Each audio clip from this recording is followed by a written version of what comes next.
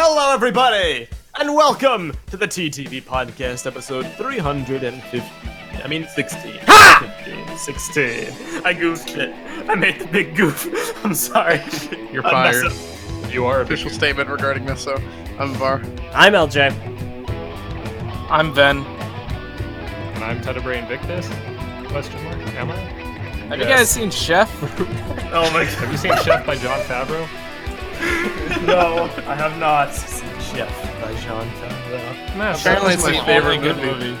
Dude, it's the best movie out there. Dear Lord. Alright. That time when John Favreau, he chefs it up, that was awesome. Well, alright. Hey, everybody. Dude, I love it when John Favreau chefs it up. I do not. Yeah, dude. I have no interest in him chefing it up. You Oh, just okay, haven't. let's move on. You just don't know what you're missing, dude. Maybe, but Yeah, some Meso, things you don't that know are what not you're known. messing. Ah, you're funny. Alright. So, hey, guys, I'm back. I had to sit Hey, out last welcome time's podcast, although I was still there in spirit, accurately predicting what was being said just by knowing you all so Yeah. well and posting it in chat. Yeah, There was a dude. podcast last time? It was. So We were talking about a bunch of interesting Yeah, stuff. we bashed Meso hard. Oh, man. Heard some of I that. wish I was there. Meso, I There have to wasn't that much ask: of that. is this podcast just going to be John Wick the episode, where you just start going No. down the list of people you have grievances Okay. with? And No, recording obviously it? not. this time. John No. John Wick is cool. Is Meso cool? Hardly. A little bit of TV podcast trivia. Wow. I was going to go on a massive tirade this episode. I'm gonna be honest, but after ranting to 4 different people and the patron chat, I've kind of got my thoughts expunged. So I'm actually at peace. 4 I'm different. at peace You with also the made world. you made a whole video, so you got your opinions on the whole Faber thing. Out. Literally. I don't care about the favorite thing. I care about the Marvel TV thing. Oh my Oh, god, really? my God. Yes, This I is was a like, surprise, you I guys. was beyond infuriated. God, I Here's don't care what about happened. this. The last podcast I've heard Oh my God. was really, really good. People loved it, you know? So I skipped to the Marvel TV part because I wanted to hear that first, and then I would watch the rest of the podcast. I skipped to the Marvel TV part and got so mad that I had to pause it, turn it off, and I haven't been back to the podcast. Marvel since. TV is a stupid, stupid thing, and anyone who thinks it's going to be a good thing is a stupid, stupid person. Dang. Dear Lord. Not like the Bionicle G3 doubters. Yes. Oh, you mean That's not us? gonna work mercifully. I've got Yeah, my you mean Marvel us? rage. You mean I've got my Meso? Marvel rage out of my system. So this week we'll talk about more important things, like Trionicle. Yeah. So Trionicle. Meso. last week the machine. gang had a very interesting conversation of what I presume to be about the canister picture and how We like, have to make the disclaimer, Meso. I'm sorry. We have to do the disclaimer. what? Bionicle is not coming back. Yeah. It's not back. All Shut right. up! Move on. Shut up, you negative Nancy! You downer! No, you That's all shut you're up. trying to do. You- You're just you- trying to put us down. you- You're just trying to step on the little man. You, You're just trying to put down the man, bro. What's like a positive, uppy Betty? No. Betty. You positive Penny. Oh, there it is. You positive Penny. Oh, you want to fight? Well, you know what? You're just an excellent Edward. Oh, man. That's good. I like that one. I'll see you later, alligator. In a while, You know- crocodile. There were Uh, there were legitimately some comments on that video, Meso, that you made Mm-hmm. that make me believe that the people making them might actually be unhinged. Okay. Oh my gosh. Wait, Yeah, hold so on. I'm done. Hold on, Meso. I have to say this.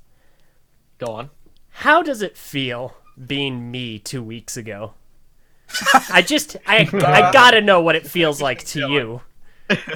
It's a very Wait, interesting you know show. what it feels like, LJ. But I need to know from his perspective what What it's does like it feel being like in to my be shoes. Ben? I've developed a strong affinity for mangosteen. Oh, have you? Quality Very- fruit. Oh, hey, I tried that in the last week. The Ryans in particular are the most delicious part. You don't know what sin you're speaking, boy. But you'll find out this year. No, in all seriousness, it's an interesting little thing that's going on with G3 because LJ and I basically had the same opinion from word go, except on a very specific thing where we diverged on. And that I gave LJ Faber was like. comparing himself to a god. Oh, here Let's we not do this, let's go. not do this again. It was the Let's not do this again. action. We've already hashed it out. Action. The shit. Okay, anyone that didn't understand that analogy and what I was getting at, I have a bone to pick with you. You need to look at analogies. Burn, podcast, burn. Now I'm gonna compare you to another fantastic individual. Don't make me. We've already hashed it out. It's fine.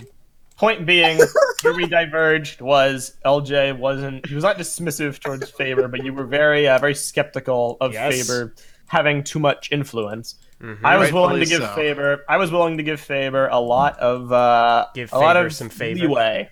This was back when the first 2 pictures came out, and I was willing to be like, you know what, I kind of respect this. I'm curious to see where this goes. I'm curious how he'll develop this fan project. Spoiler alert, it's not gone exactly the way I would have wanted it to go. To the point where that Faber has somewhat been lost. There's a new picture to discuss. Yeah, there is some new stuff to discuss today. That was literally released only a couple of hours before this podcast. Yeah, so we'll get to that. No worries. It's like he released it just for the podcast. Well, I believe it is a direct response to Messo's video. I hope so. But we'll see. Just as a quick recap. Saying stuff again. He posted the 2 prior pictures, the one you guys talked about last week, the canister picture, and then the 3 logo inside the O with a bunch of like cryptic text. And I was like, okay, enough's enough. Because AT was like saying he's in another server, and someone was asking him, you know, did you hear that Lego's bringing Bionicle back? And on Reddit, I see people talking about it, and on our boards, I see people talking about it, and I'm like, this has to end. So I just made a video. I talked to LJ about it, and he rightfully convinced me to like not call it a news video because that would have been a bit misleading. It was like 22 minutes. He had the good idea to call it like just an opinion piece, which is what I ended up doing. Worked out. A lot of people took a look at that. It worked out. It's got like 6,000 views at the time of recording. I basically just kind of went all in. I was like, TLDR of the video, this is fine, but you're feeding into a dangerous hype culture, which could end up backfiring. And I used kind of hyperbolic language, but I stand by the intent of it, which was if this goes nowhere, if Faber balloons this hype and it ends up like Rebel Nature or like, you know, any of these other failed Bionicle projects, it could destroy the Bionicle community's morale for good. Because... I think I was with you up until the part where you were like, it's going to destroy the community. I think you might have been a little melodramatic there. Yeah. Massa on the doomsday clock. The community will like survive if they adopt the principles that I've been pushing for the last few years, which is that Bionicle is not defined by Lego, but rather what the fans do. Most people are on that page, but I sense a regression if this goes too far. I fear a regression back to we need our exactly. Bionicle's not a theme; it's a people. If people go back too far, and we live in a society, a Bionicle society. It's dependent Us on Bionicle fans need to rise up. Oh, here we go. It could be a negative slope. That's all I was saying. Gamers. And there's a point in the video about like halfway through where I pretty much just start talking directly to Mr. Faber, and I'm like, please, I still support you. Everything I said in my last video is true. I firmly believe if Bionicle comes back under your direction, this could be cool, but I would really recommend a different approach to this. Be a bit more clear, post a bit more things that have concrete meaning behind them, not just logos with, vague posting text, which gets people to theorize about rust patterns and holes in icebergs and stuff for days on end, because that's just creating a vacuum of hype for something that by your own admission doesn't exist yet. That was kind of the message. I want to find some of my favorite comments about you saying what is a pretty innocuous message.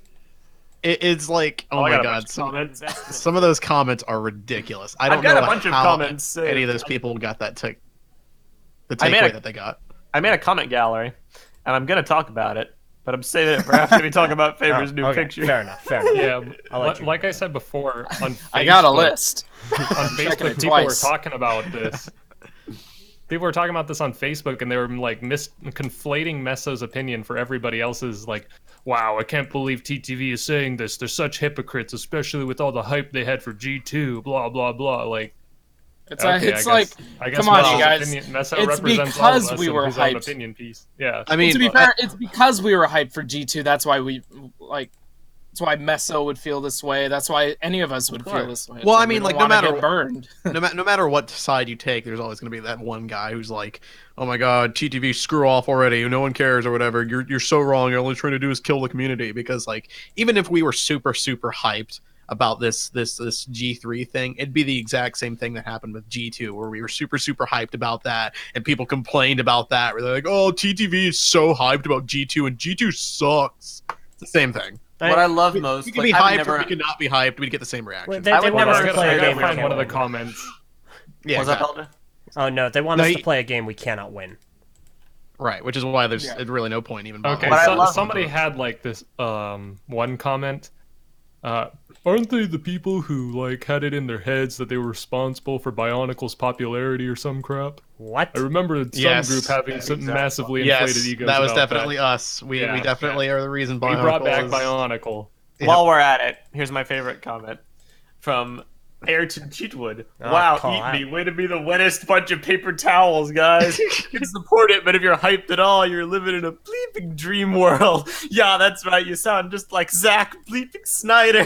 How about you guys do the Bionicle community a real favor and lose a piss poor attitude? Because the way you guys are slamming this isn't doing anyone any favors. I used to think you guys were really something back when I discovered the channel, but since this and that last podcast, all I see now are a bunch of cynical frauds who might just hate Bionicle at this point more than they hate themselves. The worst part of it, you don't even realize you're doing it. I'd pity you if I wasn't so disappointed in what you've all become as of late. So, yeah, this is one of the comments that I read that I was like, I actually might feel like this guy is a little deranged. Like, he doesn't seem like he's all there. Like, it seems really difficult to watch Messo's video and get that takeaway. Right? Right. I remember Messo. When did you find the channel? Video. I support you, Christian Faber. I support you. I support you. You're awesome. You're a genius. I'm skeptical, but I support you. It's like, how do you get that? At no point has anyone bashed Christian Faber's plan to do anything. All we're saying is that right now, there's to be hyped about yet. There's nothing to be excited about. Christian Faber has announced that he is planning on doing something, that is it. That he has admitted himself is in the early stages of development. There's nothing there yet. There's no promise of anything. That's all we're saying is don't be super hyped about it. Everyone, you can support him as much as you want. That's fine. We support him. I definitely support Faber. I hope whatever he's doing comes out. It's really cool. That'll be awesome and exciting. But for right now, like, everybody's convinced that Bionicle is coming back, and people from completely different social circles are like, I hear Lego is making Bionicle again. And it's just not the truth. The hype train is going too far. It's dangerous. People are coming into this thinking that they're going to get some new like Toa sets, and that's just not going to be the case. And so literally the only part of that video, the only message, the only takeaway is to just chill out a little bit. Don't get too excited for something that might not actually... the thing that everybody's getting excited about might not actually be the thing that's going to happen. Yeah. And that's it. And there are two other things to that comment. For starters, when did you find this channel? Like the day before the episode was... that video was posted? So that you had time to see our set reviews of every Construction Bionicle set, or Biocraft freaking Chronicles, or Bionicle Autopsy. We hate Bionicle more than we hate ourselves. Clearly. I definitely hate myself. I hate Bionicle. Guilty as charged. I hate Bionicle and I hate myself, but that's besides the point. It's like... No, but do you hate it more than you hate yourself? That's a good point. I asked him this. I haven't quite decided. No, you did. I asked you this yesterday. Oh, yeah, no, you're right. You're right. I was very confident, actually. I remember now. I definitely hate myself more than I hate Bionicle. Yeah, there you go. And it's like, the second thing is... good. The second thing is, yes, we were the people that were really excited about G2, and you want to know why? Because we had a reliable leak that actually verified it coming back. Yeah, there was... That's another thing. I don't understand why people keep comparing this to G2. It's completely different scenarios. Completely different. People are stupid. G2 was absolutely confirmed to be coming back. There were literal set pictures that were leaked of the new sets coming out in a few months. And we were still skeptical of those. We were. Yeah, we were. Yeah. Up until the announcement. To get it verified. Up until the announcement. Versus a mock-up logo that might not be the final logo for something that has no tangible premise whatsoever at the moment. Nothing to actually look forward to other than a logo and a promise of tone, of mystery and adventure. That's it. That's all we got. There's nothing to be excited about here yet. So it's a completely different scenario. It's exactly what I was saying 2 weeks ago. G2 had like the G2 had like the product stand, it had the list of leaked sets. There was a whole bunch of stuff. So far, Faber has offered just the logo. He's offered some words. He's posted a couple pictures that may or may not have already been carryovers from something else he was working on. Yeah, he said it himself. Those pictures were from the past. They're not even new pictures. Yeah, and then, it's like he's been as cryptic as he has been relatively upfront about the fact that it's not a Lego thing. You know, it's not Bionicle as we know it. He hasn't used the Bionicle word once during all of this. Right. That's the thing. People are so hyped about Bionicle G3 happening. It's not Bionicle. He has not called it Bionicle one time. Well, I guess this begs the question, would you guys still get into Bionicle if Lego was not involved with it? That is the major question, and that was what I posed to everyone in the video. I was like, you need to be prepared to think, instead of blindly hyping, think about the concessions you're willing to make as a fan. Would you still like it if it wasn't Lego? Would you still like it if it was Lego but was system? Would you still like it if it was called something different but it was still Bionicle in nature? Would you like it if it was a successor to Bionicle? Right, it's part of the video. And yet somehow people took the message of you just hate Bionicle.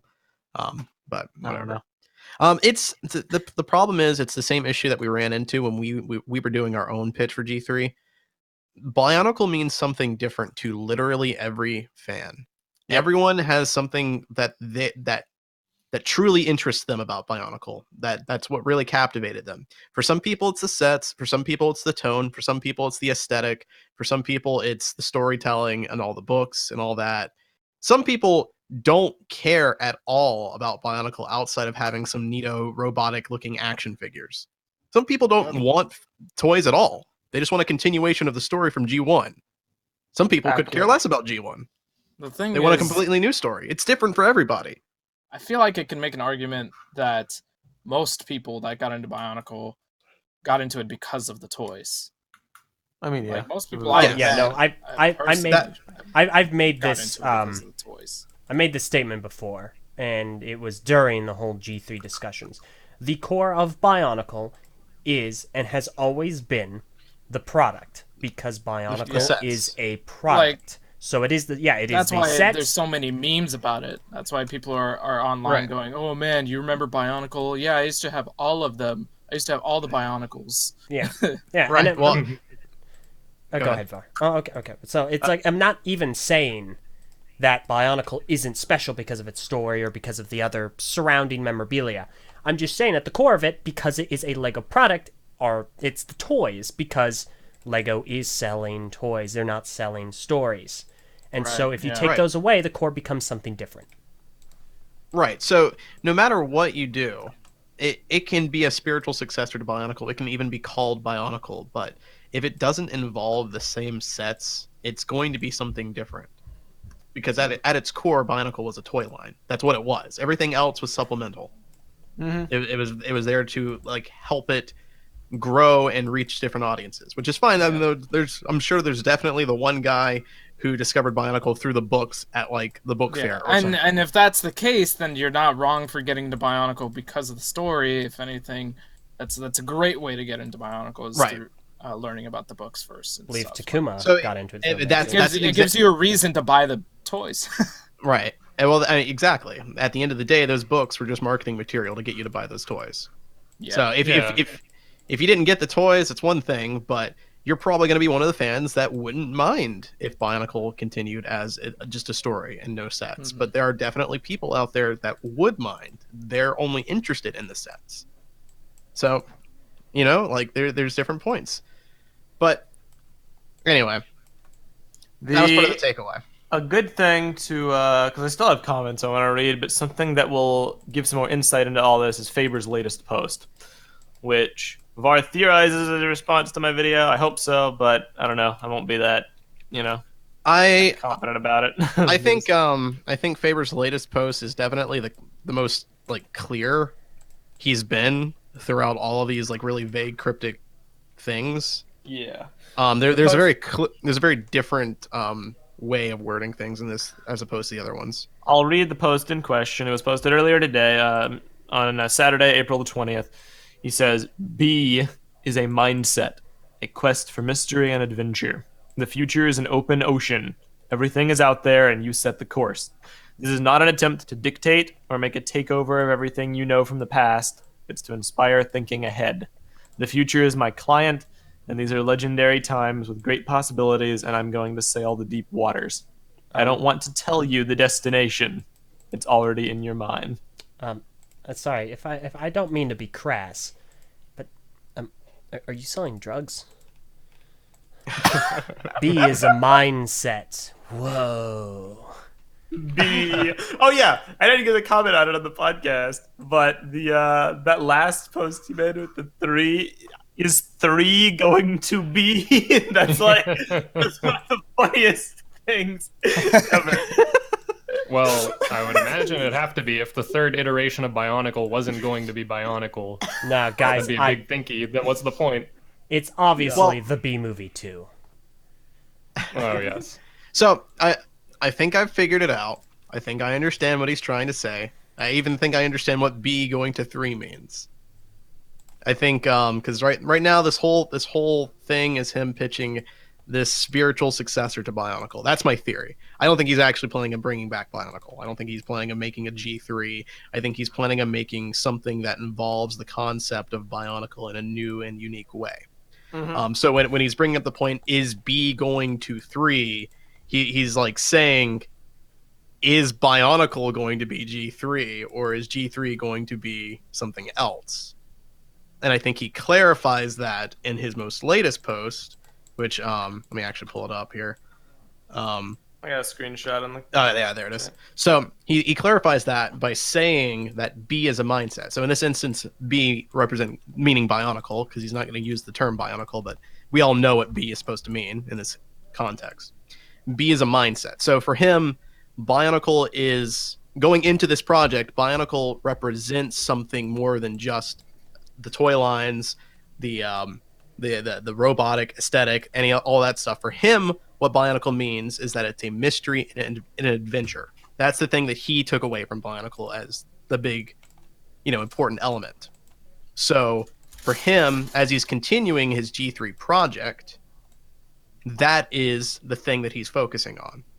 So he continues to say the future is an open ocean. Everything's out there, and you set the course. So obviously, the future, has a lot of different possibilities for where his envisioned G3 could go. And right. It's kind of up to us to set the course by like giving him feedback, that kind of thing. It's not an attempt to dictate or make a takeover of everything you know from the past. That one I think is the most important line in this whole thing. He's saying that it's not taking over the past Bionicle. He's not dictating the past Bionicle, which to me implies that he's really thinking of something different. Not so much, Bionicle as we know it, but something new and grand. It's up, he says it's to inspire thinking ahead. The future's my client. These are legendary things with great possibilities. Sail deep waters, blah, blah, blah. So I think my takeaway from this is that he's doing his own thing. He's doing his own sort of spiritual successor to Bionicle that's using the mindset of Bionicle, the quest for mystery and adventure, as his main premise. So it is a spiritual successor to Bionicle in the fact that to him, Bionicle is mystery and adventure. That's what this new thing is. This is his G3. He's doing his own new story. Which, to me, I think, makes a lot of sense as to why he's being so vague and cryptic about it. Because previously, when we were under the assumption that he was going to be rebooting Bionicle, we thought, like, okay, well, if you're rebooting Bionicle, then surely you wouldn't go out and announce it on freaking Instagram of all things without talking to Lego first or doing any of the proper procedures to getting a line, established. And surely it's not going to come out in 2020 when you don't even have like anything to show at all other than a logo that you made. So all these things that don't really make a lot of sense, I think, is kind of start to make more sense when you realize that it's not actually a reboot of Bionicle, but his own thing that he's doing. Which is all the more reason why people need to stop imagining it's going to be the G1 continuation they've always wanted with construction sets and a Cartoon Network television show. So that's the farthest thing from what's probably going to happen. Exactly. I think this is his clarifying post. He's really clarifying what this actually is in this post. Yeah, it's a spiritual successor. It's his own story. It's not Bionicle G3. It might be called Bionicle. It might not be. I don't actually know. That all depends on how the Lego pitch goes. Yeah. That's if he's going to pitch it to Lego. That's if he's going to pitch. In a prior comment, he said they'll definitely be one of the partners I reach out to. Oh, jeez. Right. So, now you made another comment in response to Savatox. But he's going to be doing it regardless of whether Lego's involved or not. Exactly. Savatox on Instagram said it's been about 3 years since G2 barely survived 2 at a loss. Not only is it too soon for G3, but it's just financially irresponsible for Lego to be expected to dump hundreds of thousands of something that so recently crashed and burned. I'm not hedging my bets. Faber says, this is a rebel adventure, unfinanced and impossible, and exactly what makes it so exciting. Rebel adventure, you say? Rebel adventure. So, 6 canisters arrive on an island containing 6 heroes. The heroes learn of an evil empire and a resistance to dethrone the evil Emperor Makuta. And to be, they must get to 3. To be, they must get... Lego presents 3. Rebel Nature. Unity, duty, destiny. 3 virtues. Obviously, his goal is to get this as big as possible as he's planning it. So he's going to try and formulate this plan. He might pitch it to Lego. He might pitch it to someone else. He's trying to get funding for it, that kind of thing. But his goal here is to do it regardless of funding. Yes. So really, the size of what this is depends wholly on his ability to get people to invest into it. Which is probably why he's trying to stir up so much hype and get all the community feedback to prove that there is an audience out there willing to consume this thing. It's not going to work for Lego because Lego doesn't give a crap about how many Bionicle fans are out there, because if they did, they wouldn't have canceled G2. So that part of the plan is flawed in the assumption that he is relying on Lego, but it's obvious he's not. He's going to try reaching out to them, and if they say no, it's not going to matter that much. Mm-hmm. He's going to keep going with it anyway. Which that does kind of raise. Oh, sorry. No, I'm fine. I'm fine for that. You know, I've already made my peace with the fact that Bionicle isn't going to come back in the form I know it to be. 3 will not be in this case. Yeah, but 3 will not be. That does not mean that it can't still be enjoyable in its own merits. So. Right.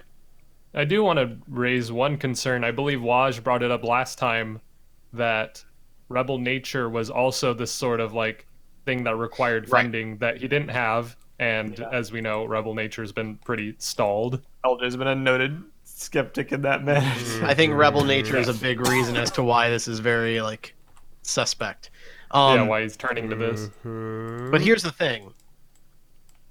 This, I think, kind of shows why he's doing this plan to gauge interest and see how many people there are that would be interested in this. Because I guarantee you, he's probably dropped Rebel Nature because he couldn't get anyone to back it, because there just wasn't enough interest for it, or he couldn't prove that he could generate interest for it. Whereas with this idea, it's more of a solid plan in terms of getting not only attention, but proof of attention. Rebel Adventure. Dear God. Buy on Nature. But yeah, this is a bit more foolproof because he's able to generate hype for it through his vague tweets, getting people to obviously like show their support for it. So when he does go to try to find someone who will fund it, he can point to that and be like, hey, I mean, there are people obviously interested and want to consume this product. So that would be the big difference between this and Rebel Nature. Yeah. Still, the cynic in me says, yeah, you're totally right, but can anyone really like have faith in this endeavor if you followed Rebel Nature for the last like 5 years and it's either being dropped or rolled up into this? Well, I believe that we definitely can have faith that something will come out. Yeah. We have no idea what it will be. If it like the size of it will be wholly dependent on who we can get to back the project. And if you can't get anyone to back the project, it might just be like a little short story or something, or some art concept. Something will come out.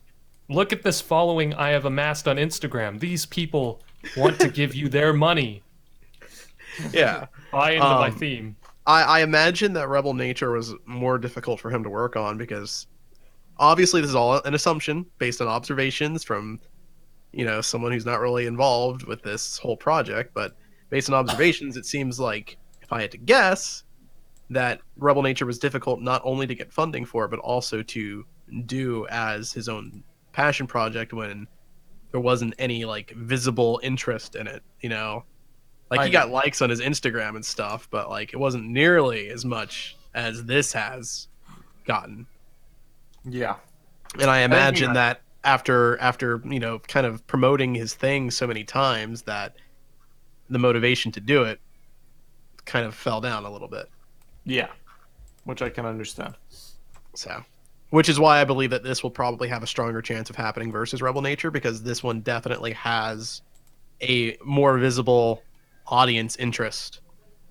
Unless that audience all turns on him when they realize it's probably not going to be a G1 continuation in CCBS, which is why I stressed in my videos of, wow, man. Which is why I made it to the point to stress in my video. You have to think realistically, and you have to say to yourself, what concessions are you willing to make? You have to be careful. You can't have your cake and eat it too. There's like 6 variables at play here, and at least 1 or 2 won't end up being true. You can have some, but you can't have all. You can have 3, but you can't have B. The community is smart enough to know when they're being played. So if you're not going to deliver on something, no, I definitely think they are. Okay, all right. How about they can be? Well, I'm just saying, after those earlier comments. But continue. There are individuals who will obviously be crazy, but I think the community can tell when something is being used. They'll be able to know when B will go to 3. Listen, we've had plenty of critics in the past during the height of TTV corporate stuff for me to know that people can tell. That's fair. People can tell. So that's why I think from our experience, it's probably a good advice to make sure you're being careful with the things that you're promising the community. And if you don't live up to what is, what you're promising, then there will be, some repercussions. And on that note, just be careful, Mr. Faber, because everybody's crazy. They're all crazy. Vart, it's funny you mentioned that, because I want not just the men, but the women. And the children! I hate them, Mr. Faber! Oh god, here's another comment Krazik's posted. Faber, if I get my say, the fans will become the creatives. You already are the best builders, so why not? Abort! Abort! Abort! Abort! In the end... Press the eject button! In the end, it wasn't about G3 actually producing the line that we wanted. The spirit of what he's saying, I agree with. The fans are the core, but the fans, they don't know what they want. They do their own things individually, and that's the spirit of creativity. You can't put everything. You can't. There has to be some kind of vision that's pulling it all. You can put up surveys and stuff to get fan input, but they can't be the builders. Yeah, there's got to be a filter that filters through stuff that makes sure everything is. That there is a concept that everything is building towards. Because you can look at our project for an example of where if you let people just kind of go wild with their ideas and stuff, it will go all over the place. The amount of Baraki pitches that we got during our G3, despite the fact that the Baraki didn't fit at all with the story that we were telling. People just really wanted the Baraki. Yeah, people just really wanted the Baraki for some reason. So, like, if you leave it up completely to the fans, then it's going to be too much. It's going to be a lot of jumbled different stuff. So you need a filter. Anyway, Var, this is what I was bringing up because you mentioned about our experience. I'm going to begin highlighting some comments now. This comment from Lefty Skills.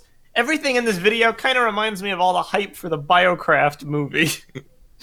Even after that hype train crashed, it didn't destroy the Bionicle community. Good job, and considering Faber is a professional, I'm sure it'll turn out fine. Biocraft managed with a mishandled advertisement, albeit years after everyone forgot, if your little project was able to survive. Faber definitely won't. Okay, professionals don't mess up. Let's go ahead and correct something there. It didn't survive. It was dead.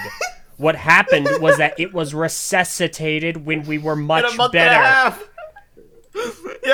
Let's set the record straight. The Biocraft that was released in April is not the same Biocraft that was advertised years ago. Very different thing. Literally everything from concept, scripting, filming, editing, music, composition. Not even the original trailers are advertising a very different movie. You can go back and watch those, and you can obviously tell that it's the thing that's on the channel right now is not the same thing.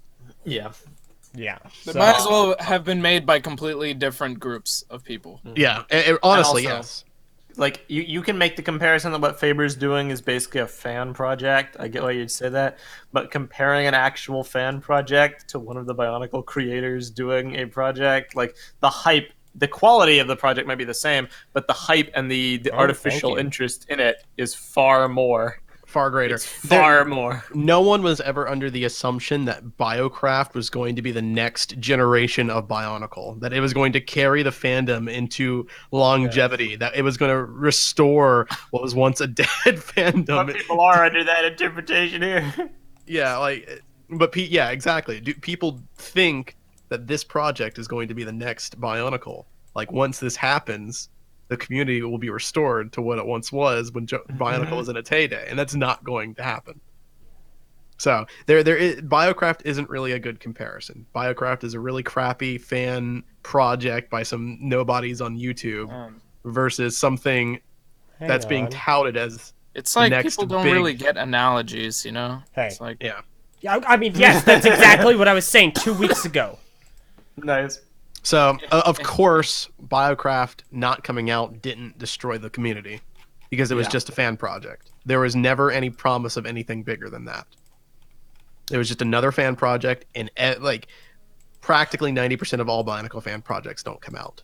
Yeah. Except we are making more movies. Not 1, not 2, not 3, but zero more movies. And on that note, continuing on with some non-stupid comments, just people like giving their opinions. Dang. By Scott Piazza, I agree that hype machines are generally bad, but when Faber's new project launches, it will need community attention to not be dead on arrival. All I see is Faber advertising, and the fandom is overreacting, as any fandom does. And that's fair. I don't think that this attitude for the Bionicle community is by any means exclusive, but I'm just have to speak towards the Bionicle community's history and like pick out pattern recognition where I spot it. And what I'm spotting here is a dangerous trajectory that people are setting themselves up for a fall because typically the Bionicle community, it's a generalization because there's people of all ages and all maturities in life. So don't get offended, but generally people aren't capable of being as logical as they are emotional because Bionicle is a passion project for a lot of people. So when you present them like 5 possibilities and 5 options, they're going to go with the best one because that's the one they hope for the most. So people aren't really going to be able to have that kind of level of dissociation to separate themselves. And if it doesn't get stamped out early on, it's just going to spread like a wildfire and they're going to set themselves up for a fall. And I don't want that to happen. I think people are in a pretty good place right now. The wounds from G2 have kind of healed up a little bit. People are doing cool fan projects. A little bit. This is kind of an obnoxious time for this to come out, actually. Yeah, it's finally stabilized, and now we're just right back into the fire all over again. That's part of why this is so frustrating. Wadden posted, coming from Peter Cross, will help Bionicle come back? No one buy Lego Star Wars! Ever! That's the reason Bionicle G2 failed! Don't support Lego Star Wars because it takes away from every other one! Really would love to see your statistics on this. If anything, it's Ninjago, dude. You're definitely wrong about Star Wars. Yeah. Yeah, if you want old classic space themes to come back, maybe consider not buying Lego Star Wars, but still. I would love to see how this person came to this. Yeah, I would imagine the Star Wars construction sets is why he has this. Of course. Probably, but let me tell you, the Star Wars construction sets, people are not buying them, and I don't think it's going to bring Bionicle back. Les Breakfast says, sorry, Var, go ahead.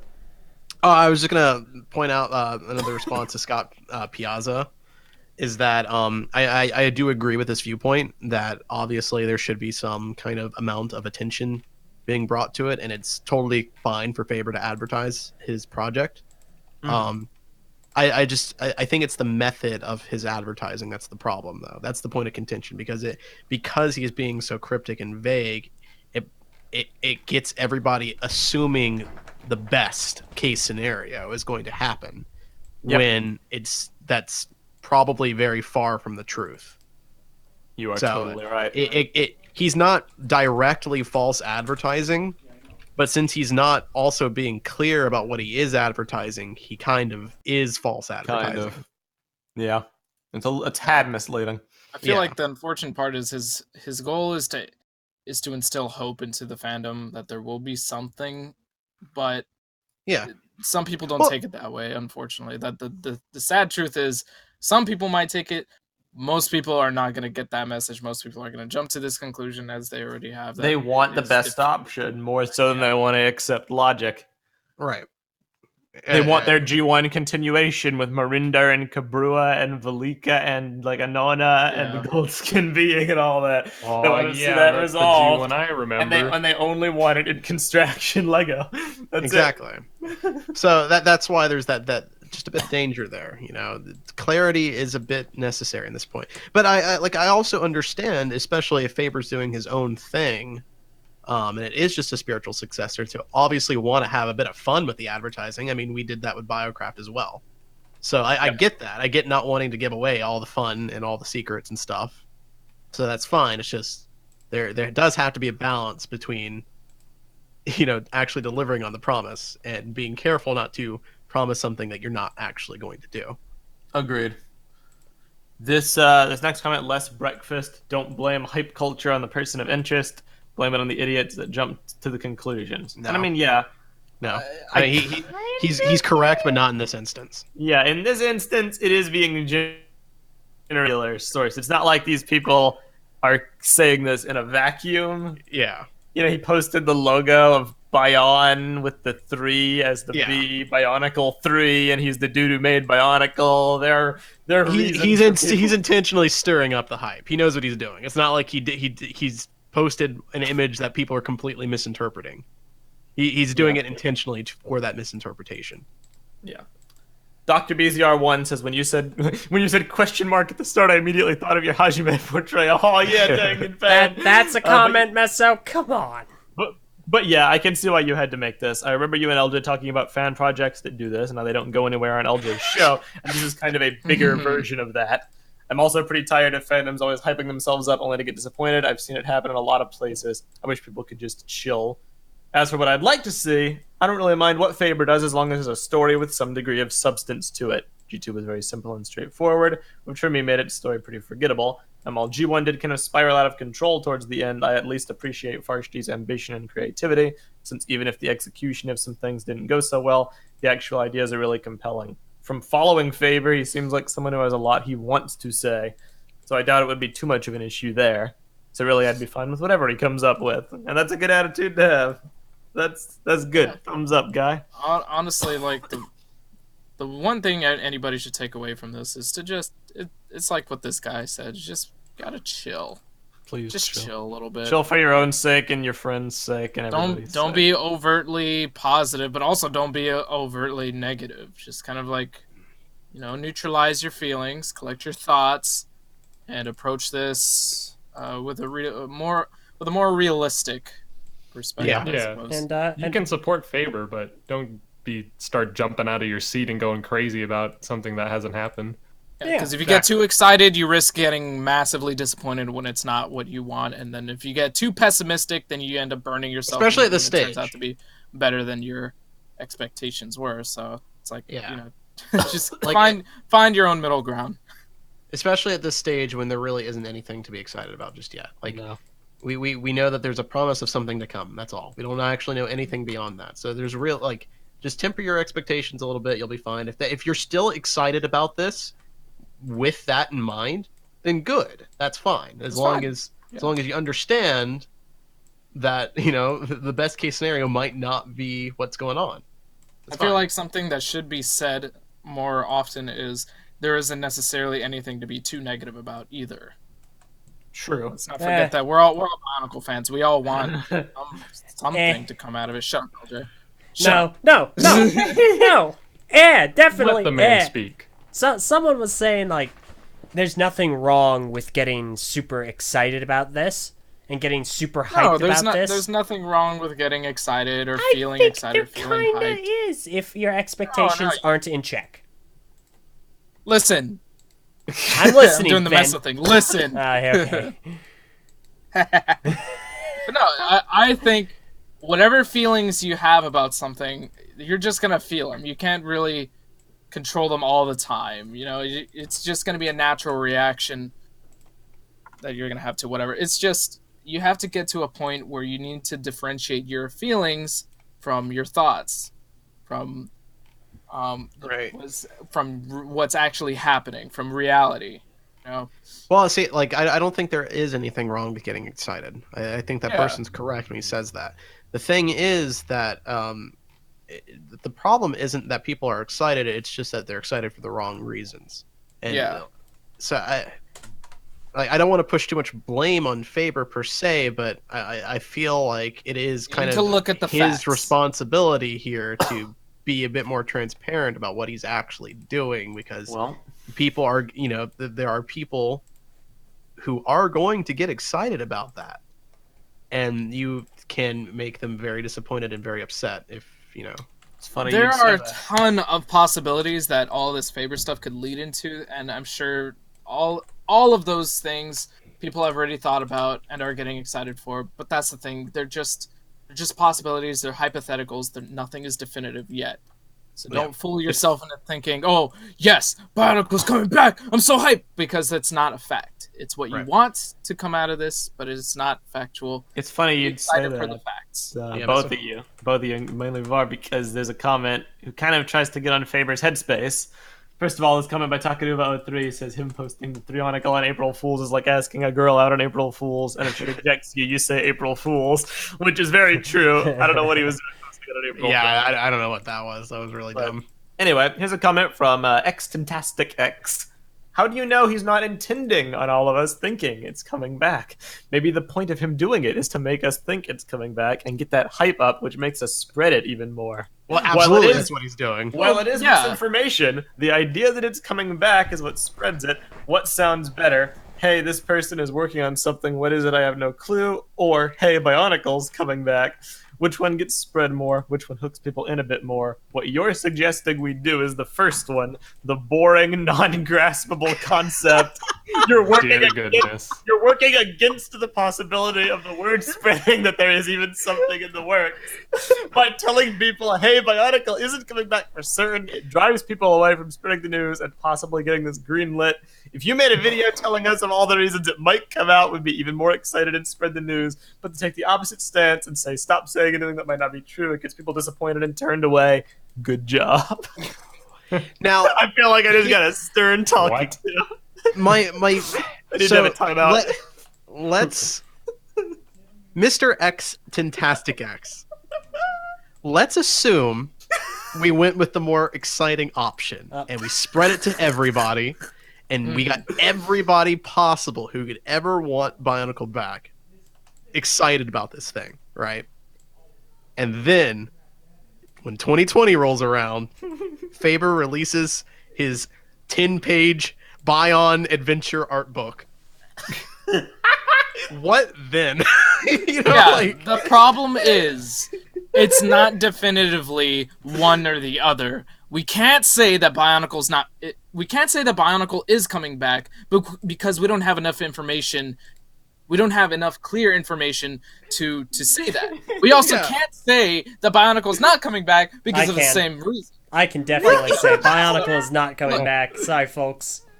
If Faber is banking entirely on fan interest for this to be greenlit, then he needs to be more clear about that. Yeah. Because if he's going to be vague and not be clear about what he's actually doing, then there's no reason for people to be excited. And the only reason people are excited is because they're going on blind faith that the thing that they've craved so long is going to happen when it's highly possible and more likely for it to not be happening. So it's fine to want to spread the excitement and have fun with the advertising and everything, so long as it's clear what is actually being advertised. Now, if Bionicle is coming back, best case scenario, Faber actually does have connections in LEGO that are like, oh yeah, man, if you can just get a couple thousand likes on Instagram, we're gonna bring Bionicle back. You know what? Let's. I want to create. If that's the case, then Faber needs to tell us something that would give us an indication that is actually going to happen. Because then I'll tell you. I'll tell you right now, I'll make a million videos talking about how Bionicle's coming back if that's the case. I'll spread that around. I'll tell everybody. Now, let's create a scenario where we address what he mentions in that second part. Hey, what sounds better? Hey, this person is working on something. What is it? I have no clue. How would you respond to that? It's like, a person's working on something? You don't know what it is? Okay. I guess. Yeah, what exactly are we supposed to That's all there up? is. Faber's doing something. It's like there's no response. Okay, it's like, okay, sure. But then what if you say, hey, Bionicle's coming back? Oh, Bionicle's coming back? That's awesome. I can't wait. I'm looking forward to it. Then you just set up an expectation. Can you honestly tell me that Faber's cryptic, brain teasers on Instagram is more hype-inducing than just him saying, hey guys, Bionicle's coming back? Yeah. If he just came out and said it, then literally the hype would be unreal. Everybody. We wouldn't be having this conversation. There's a reason. There's a reason he's being so cryptic. There's a reason he's not being clear about what's going on, and it's because there isn't anything there. Okay? It's an idea. It's an idea. It's a concept. There's nothing more than that. If it was coming back, if it was going to be greenlit for our excitement, he would tell us that. Yeah. There's a few examples of people, this is kind of relevant, of people already laying down their torches and pitchforks, getting them ready, by Fire Lord. If Bionicle does come back and there's no CCBS, dislike from me. There's one guy, Mishap, who says if it's not the original characters done right, F off. Oh my god. See, there you go. So then people have their preferences. They're not willing to listen to anything else, And those are the people who are going to be really annoyed when it's not really Bionicle and it's just the Bionicle they want is not the Bionicle Faber is talking about. Yeah. No. I will say though that those people, he's clarified. I think that the Bionicle they want is not what he's doing. Yes. So you guys, you have nothing to be excited about now. Move along. The destination is in our minds. Why is that really will be funny if, a Kojima advertisement? That sounds like that really will be a funny day when Faber comes out talking about his project again, and he just straight up confirms it's not Bionicle. Yes. Well, he's not going to do that because then the hype would die. He could always do that on the TTV podcast. He's not going to do that. He's not going to do that because he wants there to be hype. I'm just saying that'd be really funny. Someone made an entry into the hype machine. Sid the Squid says the Bionicle G3 project is entering similar waters as Half-Life 3. It has to be the perfect product, and may all be leading to something underwhelming, dissipating whatever fan base is left. Faber's building up the same kind of hype that Valve was, and most Half-Life fans have accepted that either Half-Life 3 is not happening at all, or if it did, it would disappoint greatly. Half-Life 3 would have to be the perfect game to satisfy the hype. The same could be said about Bionicle G3, and we've already seen similar effects in the hype surrounding G2 as well. I don't think the G3 hype has gotten to this point yet. G3 still has to satisfy the community, allude back to G1, and make up for the mistakes in G2, where one slip-up will still cause outrage. And he's 100% correct. Yeah. Half-Life 3 is a way more popular example, but it's very similar ideas. It's a long, gestating wish list kind of compilation in the community. People want it. People want redemption for the franchise. And people have their whole laundry list of stuff that they need for it to be. I don't envy anyone taking on that role, and that's probably why Valve isn't doing it. With this project, I don't know. Faber's got his work cut out for him. I'm trying to say. Here's the thing. The best way for Bionicle to come back is for us to not know about it at all. Yep. And then when someone's finally ready to announce its reveal, hopefully Lego, we'll get an actual announcement, and then the hype can begin. Which is exactly what kind of happened before. Which is what happened with G2. That was the best way to do it. Now, obviously, the sets leaked ahead of time, but that's fine because at that point, it was happening. There were already sets. The story had been made. The logos had been made. Everything was ready to go. At that point, it was just a waiting game for it to come out. So that's exactly how G2 was launched, and that's the perfect way to do it because it doesn't set up any kind of false expectation of what you're going to be getting ahead of time. You're able to actually enjoy it for what it is. Now, if there's going to be a promise of G3 coming out in some, long time in the future, and that you're going to keep getting cryptic hints as to what it could be, and you're going to theorize about what could possibly happen, you're going to set up false expectations of what it is, especially if there are never any answers for the questions that it brings up. Yup. So, if Bionicle were to legitimately be coming back, this is not the way to do it. Nope. Right. If it's just a Faber project, I'm down. But which I'm sure it is just a Faber project. So as far as I'm concerned, then this is fine. His advertising method's fine. I wish he was a bit more clear about what he's doing. I think his latest post was better. Agreed. But that's why it leads me to believe that it is just his project, because I feel like if he was actually planning on rebooting Bionicle legit, then this is not the way he'd be going about it. No, most definitively not. Now, there's one more thing I'd like to address, and this is about us. It's one I address kind of the critique. Mm-hmm. Do you have something to add, Elge? Oh no, I'm just waiting for the point where you go. And I admit, LJ, you were right 2 weeks ago. I admit nothing. By your own admission, we were always on the same page. So, Meso, you were right 2 weeks ago. No. I mean, you were like, you're a little more. You were a little more. Listen. You're in my ballpark now, buddy. We disagreed on your analogy, which I but whatever. Still didn't I get the understand point you were trying to say, and I do respect it. So no, it was more so the whole part about how I was being super cynical, and now these Fair. are the things being accosted to you, and it's like, yeah. All right. Someone was like, "Wow, so you're so cynical," and I was like, "At least I'm back on my throne, where I'm supposed to be." Just saying, man. Just saying. For real. This whole situation is only going to get more complex. My video got 6,000 views. People aren't going to listen. I didn't make that video knowing or hoping people would listen. I'm hoping a few will, but on the whole, Bionicle fans will see and hear what they want to hear, and I sympathize with that a lot because people obviously want what they love back. Just do your part. If you have friends who are going crazy about it, try to calm them down a little bit. I don't want people to get their hopes up only to be crushed with disappointment.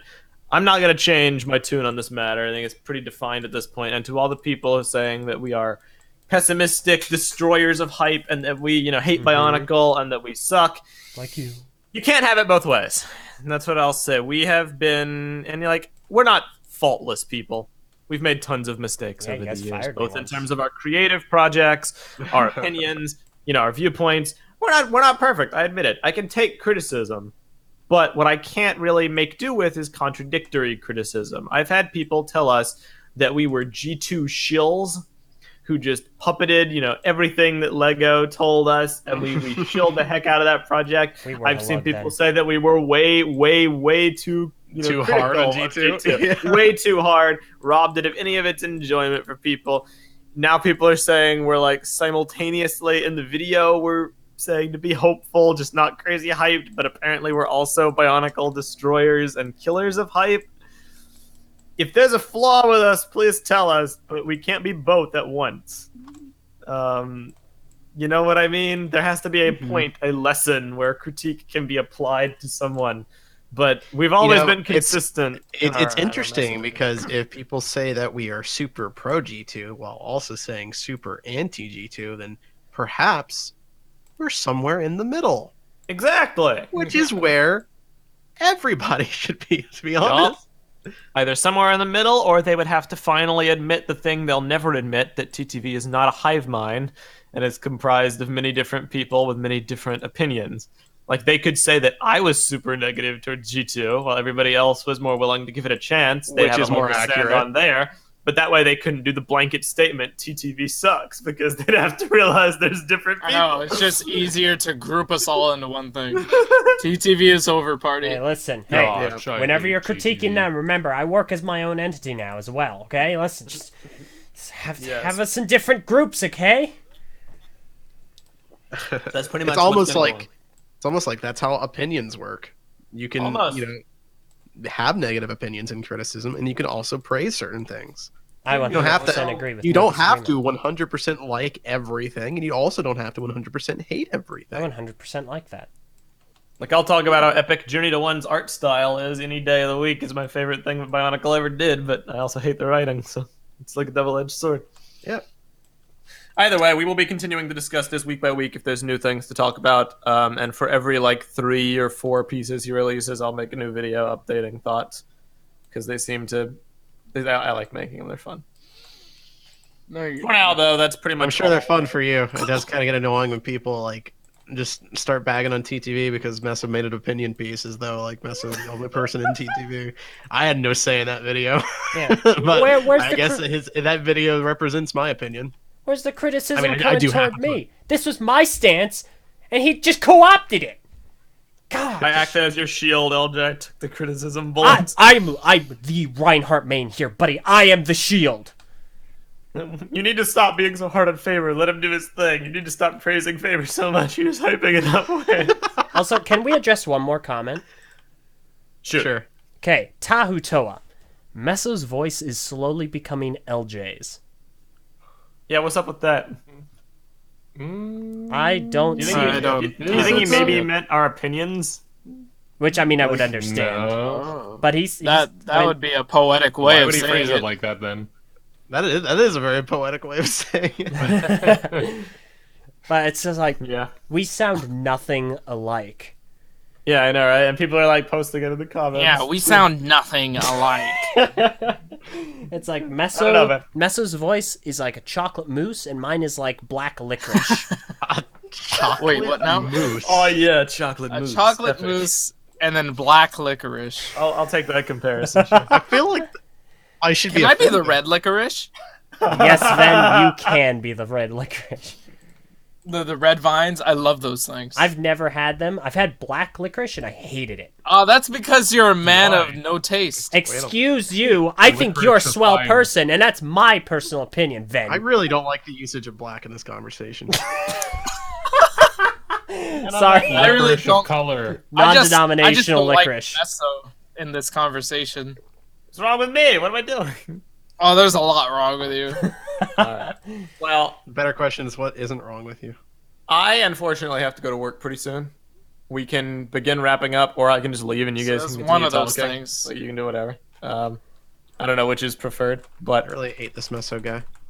By work, do you mean just go talk to Haley for about an hour or something? Now it's I actually wish, but no, it's actually target work. Girlfriend. Wow. Okay. Well, yeah, I do have to respond to a few things. Last week, I was at Target doing a product demonstration booth on iPhone accessories, that no one was going to because there was a Lego booth right next to me where people, like kids got to build stuff for like Easter, and everybody funneled towards that booth. So I had nothing to do. So I was just on my phone, like reading patron chat, typing. So that's why I was so active during last week's podcast. What if they just weren't at your booth because they saw an employee on his phone not paying attention, and they're like, well, we don't want to go over there. Well, I had the phone like on the desk behind a phone case, so like it wasn't visible from their side. And I was just like typing down onto it, not actually holding it. I would imagine it's because they just saw Meso there. They're like, oh god, I'm not going over there. Well, I don't know what they were trying to achieve by doing an iPhone accessory booth. Like, hey, look at this power bank that's totally visible inside the box that's transparent right next to it. It's like, can I use it? No. Just look at it. It's like, oh, okay. Just look at it. It doesn't make a lot of sense. But that's why I was around. Wait, you're bringing Bionicle G3 back? Can I play with it? Nah, just look at it. Yeah, I wanted to talk about the Marvel TV shows, but you've been reprieved this week. No one cares about the Marvel TV show. Yeah, no one cares, I can guarantee that. Yeah, I mean, like, I kind of come to the realization I'm not even going to bother arguing it until they come out because I'm not. So you're not even a real Marvel fan, Meso. Like, I don't know why you could make any kind of argument you want, and it would not change a single thing. Yeah. There's one thing I will say, one tiny thing, one little thing, because I was talking with Haley. Just listen. I was talking with Haley off air because you and her are in sync about like franchise fatigue. Of course. You're both concerned that Marvel's like going down, the fatigue road. Am I right there? Well, my only counterpoint to that is comics have existed for 80 years. I know that and only nerds read them. I know that movies are way more popular in the mainstream, but comics are still profitable enough to exist in the modern era. Barely. Full disclosure, I hate comics, so I'm not one of them. But oh boy, they exist. Comics are barely profitable. Yeah, here's the thing, all right? Irregardless of the amount of work they take, because I always see Haley saying that in the comments, talking strictly from creativity, Marvel has done one plot line out of like dozens, if not hundreds. Thanos is like, he's one of the great, but he's a drop in the bucket. Yeah, I get that. I've read those comics. Here's the difference, Meso. I'm not going to see advertisements. I'm not going to hear people telling... like multiple people that I meet on a daily basis telling me, "Oh, have you read this comic?" I'm not gonna be seeing it everywhere. It's not gonna be like. You also don't need to read every single comic. Yeah, it's not gonna be all over the place. You don't need to watch every single movie or TV show. That was the other thing. I hated how it was like, oh man, they're making this TV show. I have to watch it. There's no way I can understand what's going on. Well, that's what it's going to be like. That's most likely what it's going to be like now. If I skip Iron Man 2, there's no way I can understand Endgame because Whiplash is so important. It's like, not really. There are stories that can work in tandem. Well, if you don't watch Iron Man 2 and then you go into Endgame, then you're going to be like, who the heck is Black Widow? How does she know the Avengers? Yeah, like, it introduces Black Widow. She's a S.H.I.E.L.D. It introduces Black agent. Widow. It introduces Nick Fury. Because he's a S.H.I.E.L.D. leader. All I'm saying is you're not going to get that from just watching Infinity War. You're going to get that from watching Iron Man 2. Creative writing can find many ways to abridge important plot details. Yes, but that does not mean that creative writing has already taken place in order to... Because we were just having a conversation the other day about how you can't watch Infinity War without watching most of the Marvel movies. You could. Someone could, but you're not going to understand it as much. But you could watch it. That's why I disagree. And you would be completely lost. I've had this conversation with people who have watched Infinity War because they're idiots. They watched Infinity War without seeing a single Marvel movie. And you know what they said? Mm-hmm. They hated the movie because they didn't understand what was going on. There were too many characters. No one had any development. And they were confused the entire time. They didn't have to do that. They chose to do that. Oh, here we go. They have the power. Exactly. But you have to get the best experience. Marvel introducing their 4 TV shows will not be the straw that breaks the camel's back. When my choice is I could have a good time or I could have a bad time, but in order to have a good time, I now have to waste hours upon hours of my life, then I mean, like, at that point, why bother? I mean, that's a perspective for you. That's why, like, I'm not gonna argue you as far as the quality of shows. Like, you gave S.H.I.E.L.D. a chance. You didn't like it too much, but you watched it. You got it. You know, you can dislike TV shows as a medium all you want. You're never gonna be won over. But their potential exists in the exact same way as movies. They're not cursed. You know, which is why Marvel's going for it. It's not that much more. The 4 to 8 episodes that Hawkeye will have, about 40 minutes. And they're not even releasing at the same time. They're like spread out. And like another point that wasn't even mentioned, they literally just canceled 5 13-episode TV shows to replace them with 4 to 8 episode TV shows. And that's exactly why I'm already exhausted, because I just spent my time getting invested in these shows only for them to go nowhere. Which I respect. But like, from my perspective, they just like the most olive branch I'll give you is that the status quo has been maintained. But from my perspective, it's been reduced by like half the amount of stuff to watch. No, so it hasn't been reduced by half. They added half. After canceling 5 ongoing shows. Yeah, they added to those shows, though. Like, that's more shows are content. Those shows still existed, Meso. It's not like they went back, time traveled, and deleted those shows from existence. In production. There were going to be seasons like 4 and 5 of each. It doesn't matter. It doesn't matter. It doesn't matter. There were still 4 seasons. 3 seasons of Daredevil. There were still 2 seasons of Punisher. There were still 2 seasons of Jessica Jones that I watched. It's not like because those shows got canceled, they suddenly stopped existing. I still watched them. That's still a ton of content. I'm saying future content. They are now adding more content. The Netflix shows have been a part of Marvel for about like 5 years now, and they are being replaced. Like, you're right, those shows still exist, but if they weren't canceled, then we would have seasons 4 and 5 of Daredevil, 3 of Punisher, Iron Fist, Luke Cage, season 4 of Jessica Jones, and the Netflix season 2 Defenders team up running in conjunction with Loki, Scarlet Witch, Hawkeye, Falcon, and Winter Soldier. And then maybe I'd see your point. No. See, the thing is, you're right that if they were still concurrent, there would be even more crap to sift through. Sure. But that doesn't mean that there isn't still a lot of crap that was there and is there. And the point I'm kind of ultimately building to is there's going to be 10 Marvel shows. If they didn't cancel Netflix shows, there'd be 15 of them, and at that point, it'd be like, there's too much. There's only 10 of them. All that is. Listen, man, I know it's bad, but it could be so much worse.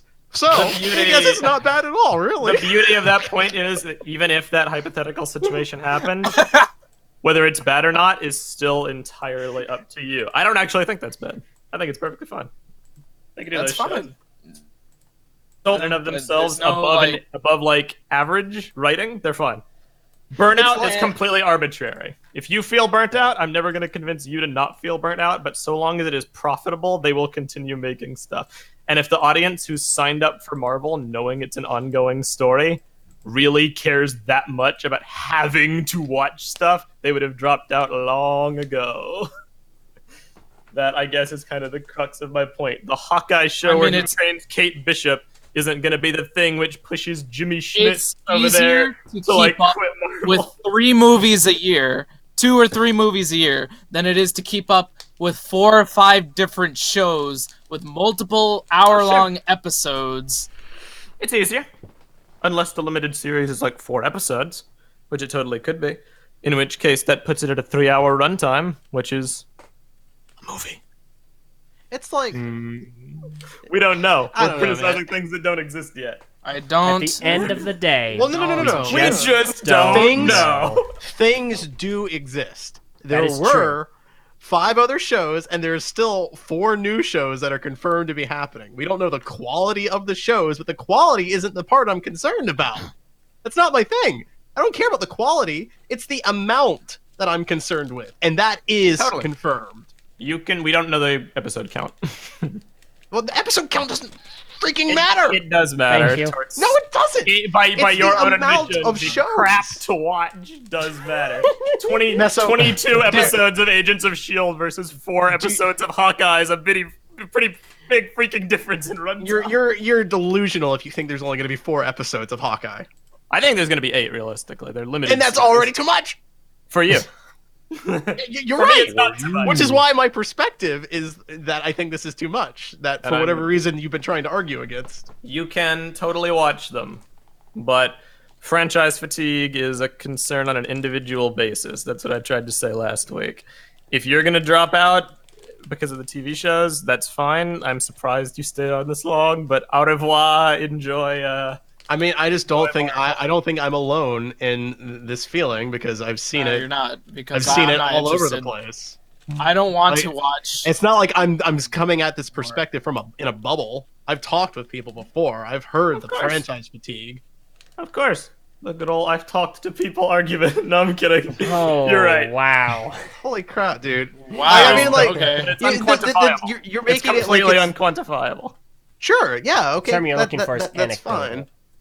Anecdotal, But yes. that anecdotal goes both ways. That's why I pointed it out. You could say that, franchise fatigue doesn't matter because obviously people enjoy these films. But, like, I mean, sure. But I can also say that it does matter because I know people that obviously didn't.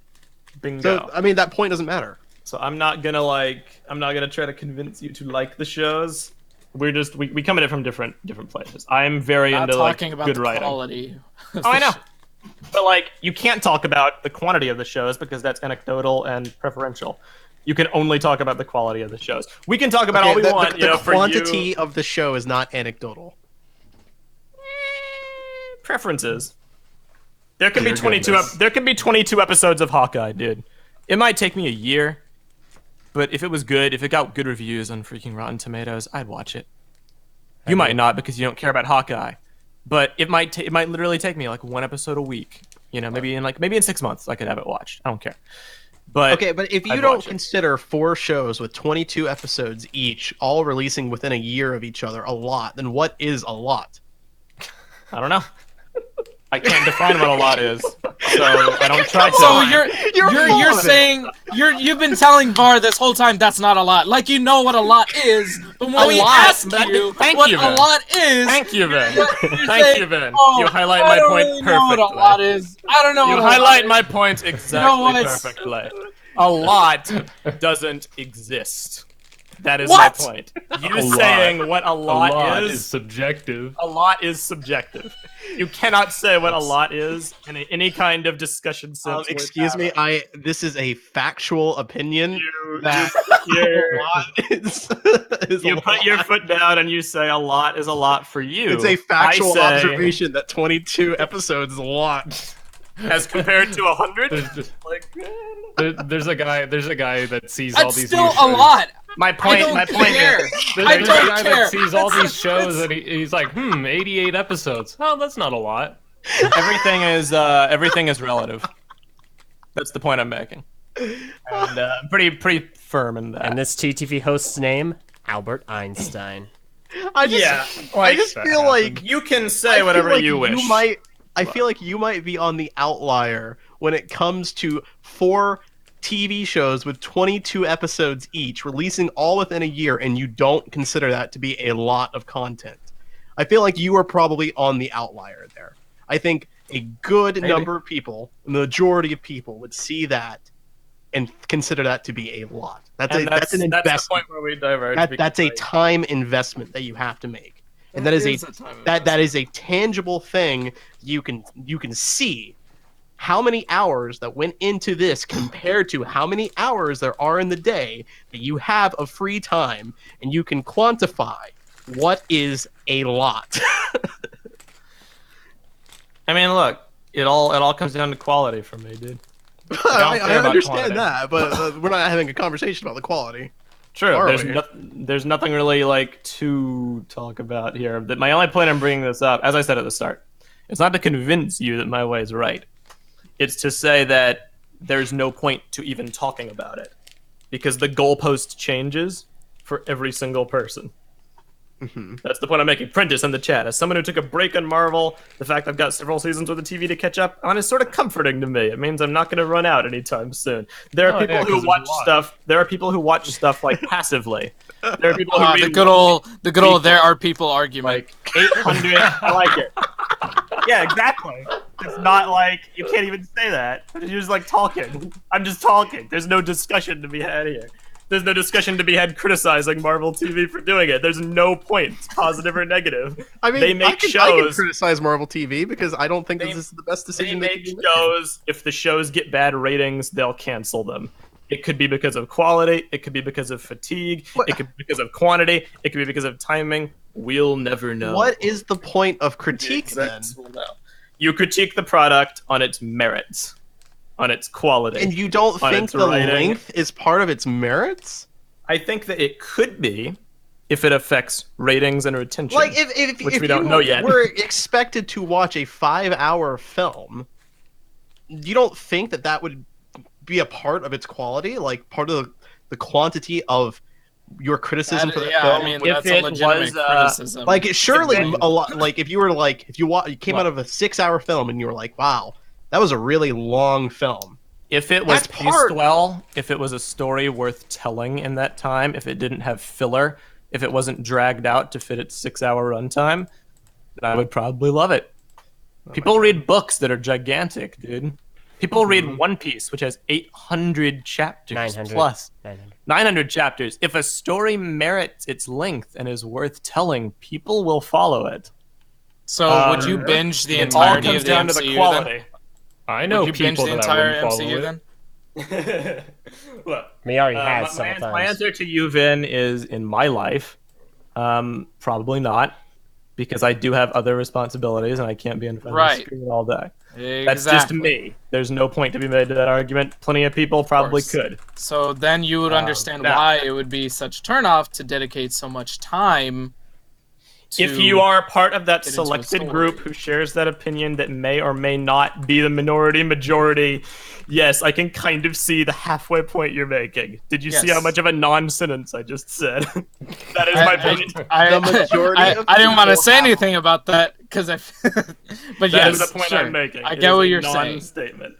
The majority of people have lives outside of sitting on their butts and watching TV shows. There's also no time crunch to watch it.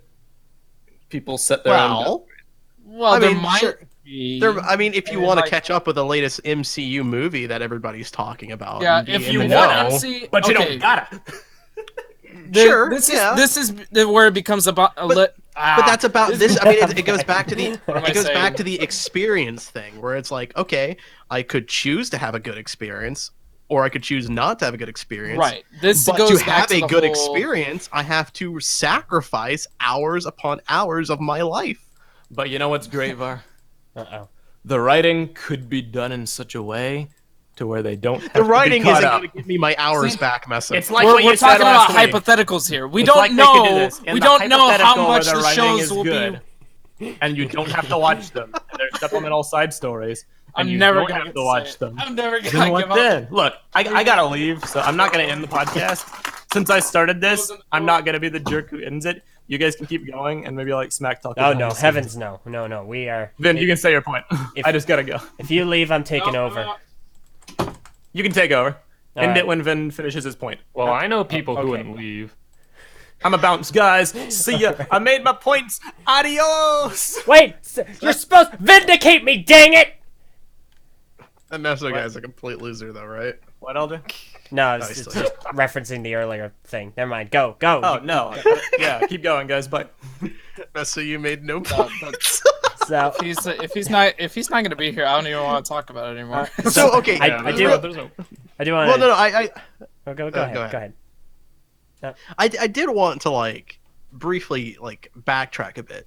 So what was Meso talking about? Like, why did he bring this up? He was responding to last week's. He was responding to last week's stuff. What? But responding to what? Because like he's responding as though he has like, you know, a point against something. Like I said something, so he has to respond to it, right? Like I'm wrong about something. Okay, so I lied. I was getting my work uniform out to put it on, and I heard on the earphones. My point was that you have. My point was. Oh my god! No, listen. My point is that was great. My point is, it's kind of like an inverse of your opinions toward Mahler. Var. That's kind of the point I'm making. The points you're making only apply for you. There are no sweeping statements you could possibly make that TV shows are a good or a bad thing, because it all falls into an unquantifiable minority majority that we don't have statistics for. Oh, those are a lot of big words. That a genre could die after 10 years when there's 80 years of potential to draw from in comics world is an indefinable feeling of fatigue that may or may not be true. That's my point. Well, so was my point in the previous episode that there is a sweeping fatigue going around and that this is going to kill the MCU or something? Part of it. Only a part. There are plenty of points you made about the quality of programming and whether it's side stories or connections that I don't really take an issue with, so I didn't bother bringing them up. You were right about that. There was an undercurrent, a minor point of fatigue. I know Haley said it a lot, maybe more than you, I forget. But that is the main concern, the feeling that the superhero genre will die because of oversaturation in the media. And it might. I'm not going to say it won't. I'm not a freaking sales analyst. I'm no expert. But I'm also not going to say it will either, because it all depends on quality. We just don't know. We just don't know. Exactly. We won't know because we won't know how related the TV shows will be. That's just, or to anything. I don't know. I don't know anymore. I don't even know how to state my point anymore. So it doesn't matter. His point was that there is no way to quantify whether it's going to kill the MCU or not, basically, or like there's no way to, if the fatigue will ruin anything. I mean, sure. Which is I guess is fair. I was kind of a like, this is not a major part of what I was saying. So I know a lot of people that will get tired of it. Yeah, I mean. Yeah, but what is a lot?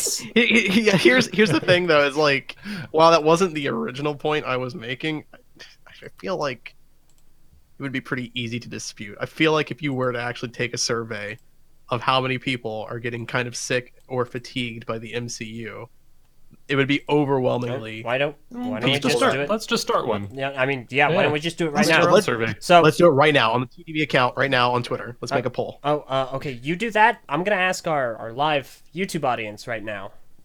All right. Poll. Okay. Who is? I have some comments I want to read from that, by the way. Getting fatigued. Actually, here. No. I'll make a poll and you can post a link to the poll. Fair enough. Reasonable. Okay. So you guys are crazy. Couple of comments. I mean, like 4 shows. With all those episodes. Got plenty of time to watch it all. Right.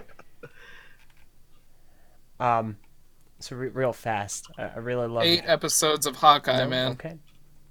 I really love this comment in the YouTube live chat by Mr. Hinkle Draws, who said, "Oh man, Meso being big timed by a Lego-themed booth/activity out in the real world is the definition of cruel irony." I love it. Also, we've been having a little bit of a Thanksgiving dinner in the YouTube live chat because this has reminded a lot of people of Thanksgiving family discussion, which I feel is apt. I feel that's quite apt. And then finally, Bionicle Lives, or Bionicle Lives, whichever, is, I'm curious, since Meso brought it up, what are your thoughts on Mahler Var? What are my thoughts on Mahler? Mm-hmm. I like Mahler a lot. I think he's got a very nice analytical view of things, and he's able to make very succinct points and critiques that are very well thought out. I do believe that he does have a habit of being a little too, I guess not cynical per se, but like, I don't know, his critiques can be a little mean, I guess. That, and also I think his whole viewpoint of opinion versus fact is complete BS. Like the objective opinion never heard. But generally I do agree with his points. Like I agree about The Last Jedi almost completely. I don't like that film, and all his points that he makes are very good points. I just don't think it's possible for there to be an objective opinion. That just makes no sense at all. So that's the one thing I agree with him about. But otherwise, I like his content. He makes good stuff. Okay, cool. All right, I will let you put that poll up and just send it over when you're ready. In the meantime, fellas, are you excited for Endgame? I'm excited for Endgame because it's probably going to be one of the last pieces of Marvel content I will consume. Which actually does remind me. So, it was... All right, so quick question. Is this worded properly? Are you feeling fatigued by the increasing amount of Marvel film/TV content? I think that's fair. I want to be as unbiased as possible, so I don't want to lead the answer. So I don't want to lead people to selecting yes. I feel like maybe saying increasing might do that, but it's also accurate. So oof, yeah, I'm not sure how to word that to where it's not like getting people to answer. Maybe that I want them to answer. Have you become fatigued by the amount of Marvel cinematic content? Perhaps?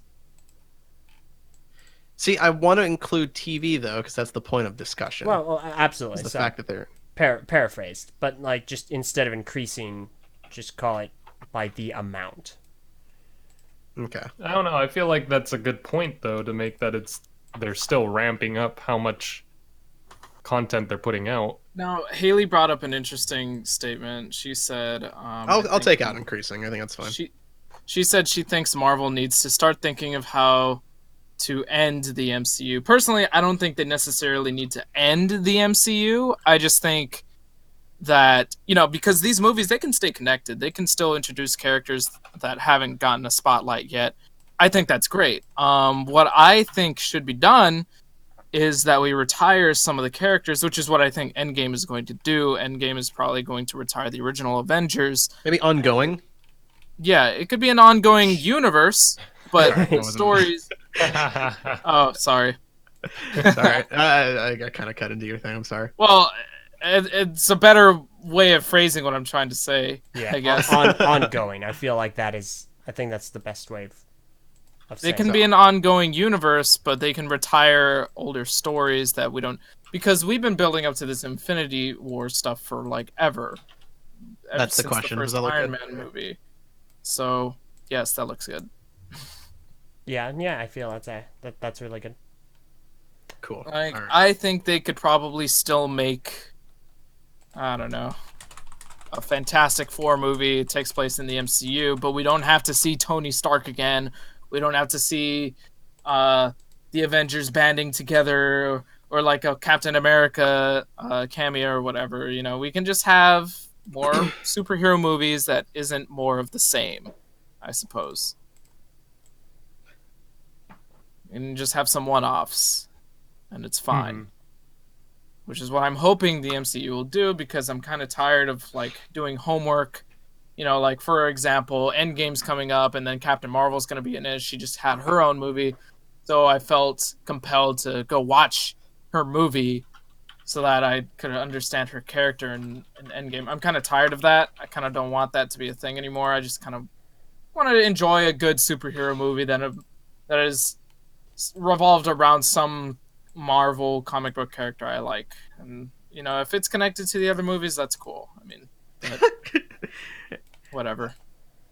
I am kind of curious what this guy made on the YouTube chat. Aaron the Savior is like, when are you guys going to get back on topic?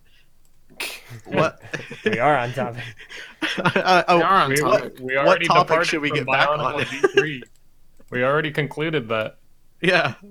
Yeah. All right. Which topic? I don't know. I want to see him answer that. I don't know. I feel like this poll question doesn't exactly apply to me though, because it's like at the current moment, ongoing, I feel like I can keep on top of the movies, and the TV shows don't really tie into the movies. So no, I don't feel fatigued at the moment because I don't feel like I have to watch the shows to get the movies. However, if then you would just answer no. Yeah, you can. No, but I'm saying that I do feel like I will be fatigued in the future, just not right. I'm not right now.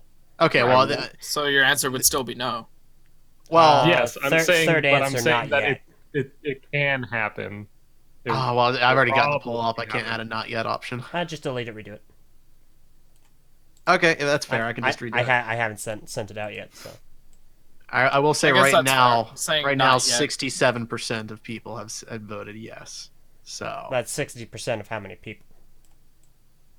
Of 9 votes. Yeah, so fair enough. We have time. Being 6-3. But all right, well, of note, real briefly. Here's what I will say though. In a moment, if your answer is not yet, the implication is that you are feeling a bit of fatigue. Like you can feel it coming on. Yeah, like, I could see it happening. Like if these shows require you to have seen the movies, or like vice versa, you have to see the shows to sort of get something in the movies. Like then yes, there's no way on earth I'm going to be able to catch up with everything. I would be fatigued at that point. If you're not interested in Marvel, I would just vote no. Like if you just don't care, then you're not fatigued about it.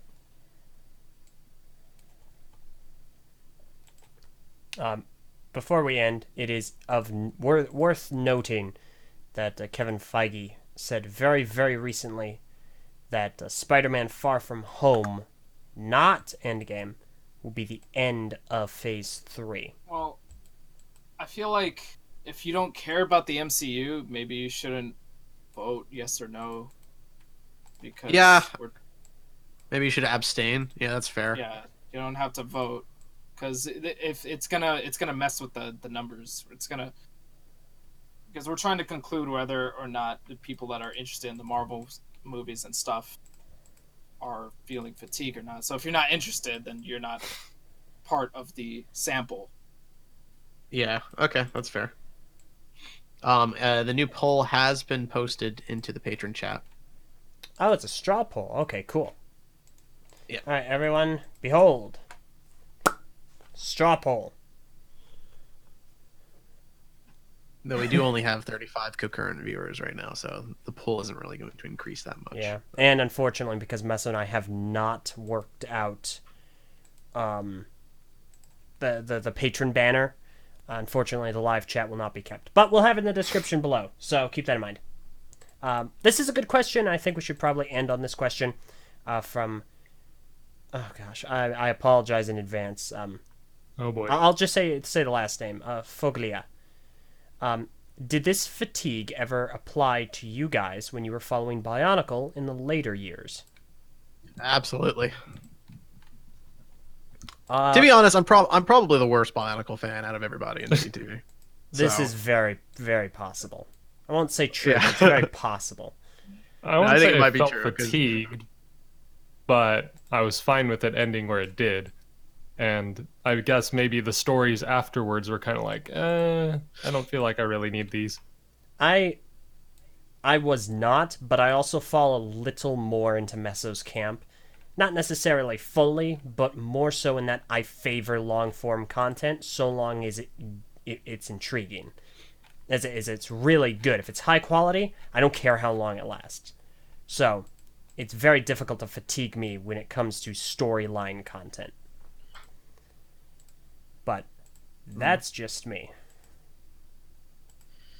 Yeah, I don't know if it was fatigue per se, but I definitely started fading out in terms of interest in Bionicle towards the later years after the 2009 2010 stuff. Yeah, it's not necessarily you were overwhelmed with the content, you just weren't interested.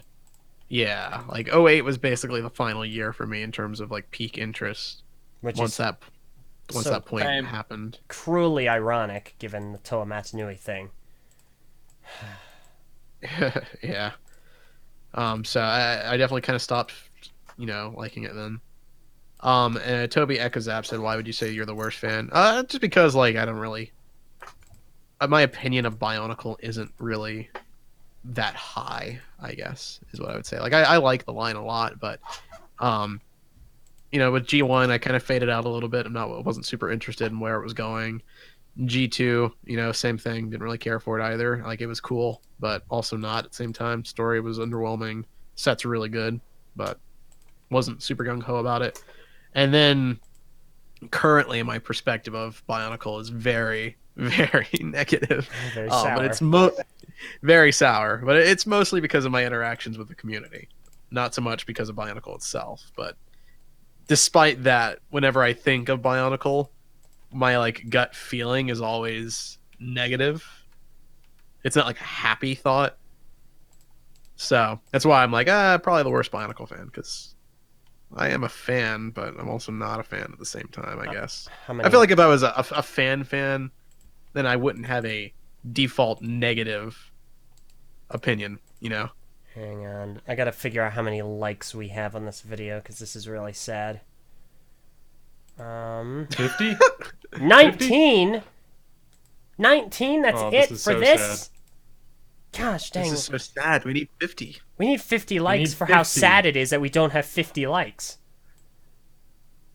Thumbs up to the That left, means boys. 100 likes, everybody. We don't even have 50 people watching. There's no way we're going to get 50 likes. Yeah. But that being the case, we should probably go ahead and wrap up. Unless you guys disagree and want to continue.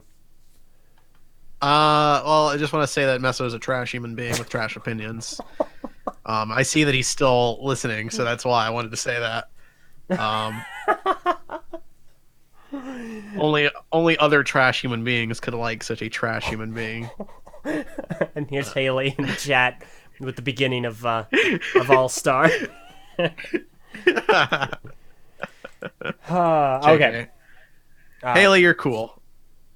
You just have horrible taste in men. Gosh dang. Ouch. So, that being the Ouch. case, I'm going to shout out. Yeah, like, what is so great? Never mind. Well, it's hopeless at this point. She's girl Meso now. Yeah. Oh my gosh. We've gone from MGH to GM.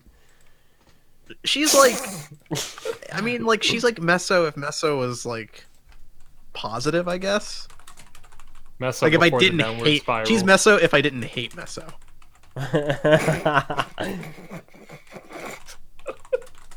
Also, she agrees with me on the Marvel thing, so that means she's infinitely better. Jeez. Dang, that message pruning. Well, any other people we need to bag on today? Nah, just Meso. Okay. Disclaimer, because I say a lot of those, TTV is not a hive mind, and not everyone agrees with the opinions that have been stated thus forth. That's why we had a discussion earlier and not a unanimous agreement that ended in 5 minutes. Okay. Unless Oh, no. it's about hating Meso, in which case we all Hold agree. Hold on now. Alright, so 2 shout-outs. One of them is a patron, one of them is not. So, someone who is not a trash human being. He must be like driving or something. I'm like expecting him to say something, like either join the call or type or something. He's driving, he unmutes. Listen here, you little beep, beep, beep. Get out of the road! He throws his phone out the car. I like trigger him so he answers the call to get immediately rear-end someone. Oh, listen, I graduated top of my class. Oh my gosh. You know, it's funny that there are people that think TTV is a hive mind when things like the leg debate is like existed. You know, like it can't be possible. Well, they don't pay attention to that stuff. TTV is a hive mind. There's a leg debate. Choose one. TTV is a hive mind. I only care about what changed my TTV mind. thinks when. I only care about what they think when they say something I don't like, and therefore I hate TTV as a whole because that's all I know is they said something I didn't like. Yeah, that's okay. I don't like you either. Oh my Whoever you are. gosh. The nondescript they. Life would be so much easier if you would just unsubscribe and go away. Okay, so, well, thank you also very much for listening. So the 2 shout-outs. First of all, the non-patron, who I feel doesn't get shouted out enough. He's not a trash. Oh, no. yes. Okay. No. Before you move on, I'm sorry, Okay, but okay. I completely forgot about the poll. Okay, fair Open enough. bowl. And we are literally split down the middle. 9 to 9. 9 people says yes. 9 people said no. Time to vote. Oh, 6 people said no. There Yeah. are I 6 forgot to people vote. that said that they're feeling it, so technically we're still winning. I mean that. You're not wrong. I to me this technically counts as a victory for yes, but it doesn't really, because my point was that I feel like there would be an overwhelming majority, and that was definitely not the case. So fair enough. But I mean, even the amount of not yet votes is kind of telling about the direction it's going in. On top of that, yeah, I agree. I agree. Not yet. I feel is a little more of an uncertain. So it's like that may change. It may not. You know. Yeah, but I feel like not yet. The implication but the fact that is it's on that, their minds. Yeah, the fact that they feel like they could be fatigued, it means that they're already kind of feeling it. To me, that's what that means. Yeah. Because, like, if you weren't fatigued, then the thought of a bunch of new Marvel TV shows and a bunch of new Marvel movies coming out, like, wouldn't phase you at all. But the fact that you can see the plan of what's coming up and think, yeah, I could see myself getting fatigued by this. The implication is that you are kind of feeling the fatigue, to me at least. Mm-hmm. But regardless, I will concede. I thought it would be an overwhelming victory, and it wasn't. So. Okay, fair enough. That does mean that there is room it is for a debate. victory. It just changed. Well, see, I wouldn't say it's a victory because that wasn't my point. You wanted it to be a landslide. Well, because I thought it would be a landslide. That's the thing. I did not think it was going to be split down the middle. So this is not what I was thinking at all. That's fair. Like when I was arguing with Meso, my point was like, okay, I think that you're probably in the wrong here. I think the majority of people would see all this stuff and think that that's a lot to commit to and that they would feel fatigued. That was my point. But that is obviously not the case, judging by this poll. Mm-hmm. So I do concede there. Fair enough. Yeah, And see everyone. These 9 people might be the last ones that. I mean, it is just a poll of 36 people. That's or not 20, a lot. But guys, 26 people. And also, That's I would not like to point out that those 26 people are a bunch of like Lego nerds who are probably more inclined to not feel fatigue by things that are nerdy, like Marvel. So. And Bionicle. I do want to point out that this is a bit of a biased all right. poll of people here. Listen here, you chads. We don't need to listen to you. We can be nerds all we like. Like, if you went to a random pub downtown and asked them the same question, the results would be very different. This is a skewed All right, scope. time to go to a random pub, you guys. Maybe you shouldn't. We should actually do this in Brick Fair. We should just walk down the street. No, not go to a pub, but we can man on the street interview. Walk around a city and just like walk around DC with the survey. We can walk around DC, ask random people if they're feeling Marvel fatigue, and that'll be more accurate. That's brilliant. I'm down. Are you feeling Marvel fatigue? Whoa. Get the camera out of my face. What's Marvel? I'm trying to figure out if Meso's still listening or if he just forgot that he was in the call and forgot to leave. You know what's ironic? Oh my god. You know what's really ironic? I literally just sat down with my sandwich that I just went and made. Not 10 seconds ago, I made my sandwich before work, and I sat back down. See, the reason he isn't gone is not because he's traveling to work. It's because he's getting ready. Yeah. So when Vin asked you, are you sure you're actually going to go to work, or are you just like hanging out with Haley or something? Basically, it was not going to work. I work at 4, but okay. I'm a bit of a drive, and I don't like to be late, so I like to eat beforehand too, because I close. That's fair. Well, we didn't need to hear you eating, dude. Man, that sounded like a good sandwich, though. I really did, though. That was great. This chips, man. Gosh, but dang. the level of my sound to God. annoy people, that's not quantifiable. You can't determine what's annoying or not. It's a good comment from Mr. Kevin Hinkle. Oh boy, Var's throwing the flames in all directions. Yes, sir. That's how I roll. Var with the flamethrower. How much snack talk did I miss? Oh, you missed a lot. I figured that you were here, so that's why I was like intentionally like. Wow. Var throwing the bait. Yeah, I was hoping that you would like pop back in and be like, "Screw you, Var," or something. We were hoping you were gonna throw your phone out the car window. Yeah, I thought that you might be driving or something, which is why you were like muted but still in the call. Nah. That would be amazing. Nah. At the end of the day, you can have whatever opinion you want. That is totally fine. But the people who make the decisions, the people who decide whether it's going to be Marvel fatigue or not, they're going to do it based on quality, which will generate reviews, which will generate feedback, Quality which will generate... is quantifiable. Yeah. Put it this way, if enough people review the shows poorly, and in their reviews they cite that it's because of the length and ratings aren't good, and they decide to downscale Marvel because of that ripple effect, in a year from now it'll be barred zero vindication. Oh, see, no, I don't... See, not to bring the argument back up, but I disagree with you. That's fine. I don't think the quality has anything to do with fatigue, because Marvel has been doing like slam dunks back to back. Obviously they can make quality stuff, and yet I still feel the fatigue. Didn't you guys love like the latest Daredevil season, and then here we are with it? Yeah, the show's over. The show's over. Well, I mean, to be fair, that's and low ratings. Well, mishandled advertising. There's a lot going into that. There's some external politics pertaining to Netflix in that regard. So sure, but like I don't think the quality, because like I don't know, the quality I don't think would ever contribute to the feeling of fatigue.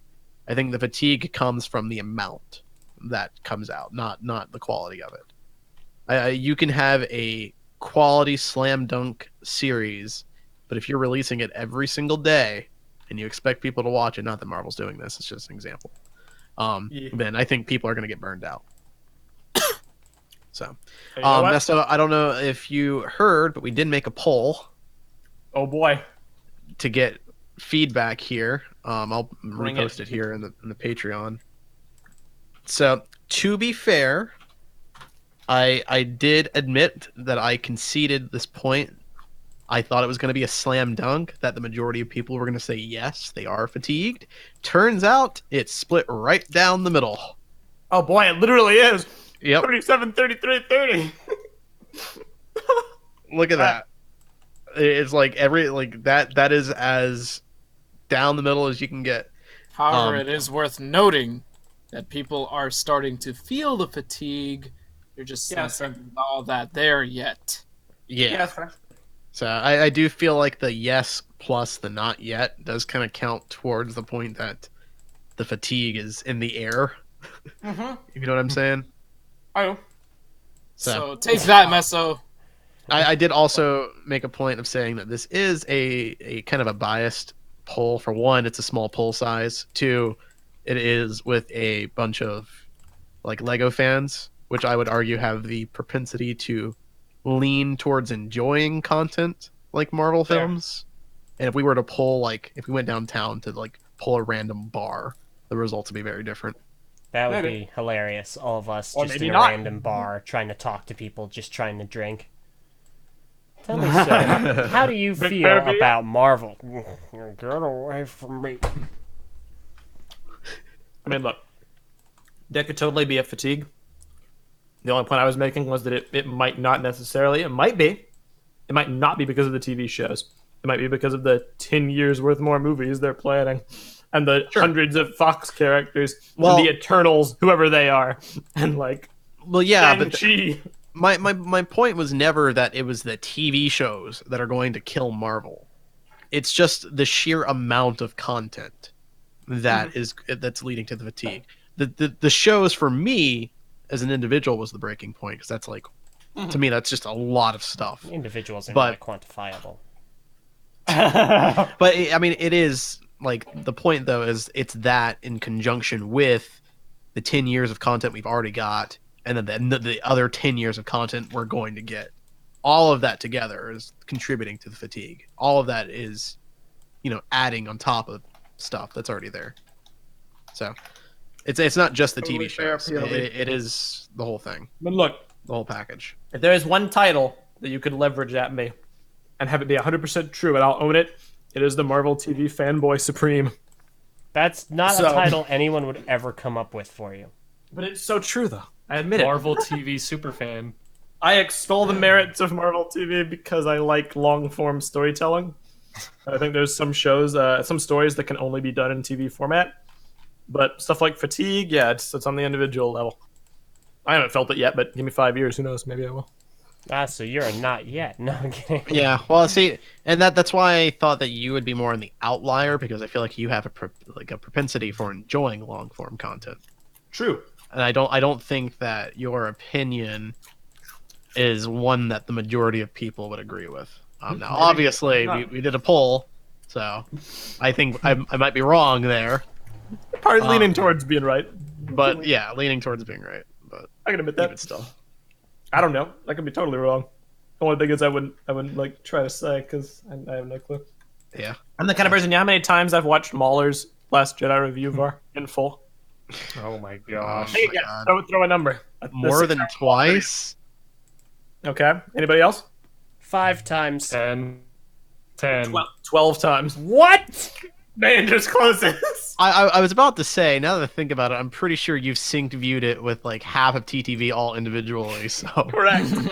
But I also like having it on as background noise at times. Why? I like long form Always. stuff. you're a crazy person, dude. In total, because it's 6 hours long by 12 hours, that's like, unless my math is just totally wrong, it's like 72 hours. I don't know. It's probably totally wrong. I think the complete opposite of you. Watching like 20-minute shows, I like maybe like 10-minute videos. I like to listen to music, but there's like a lot of music is like 70-minute albums these days.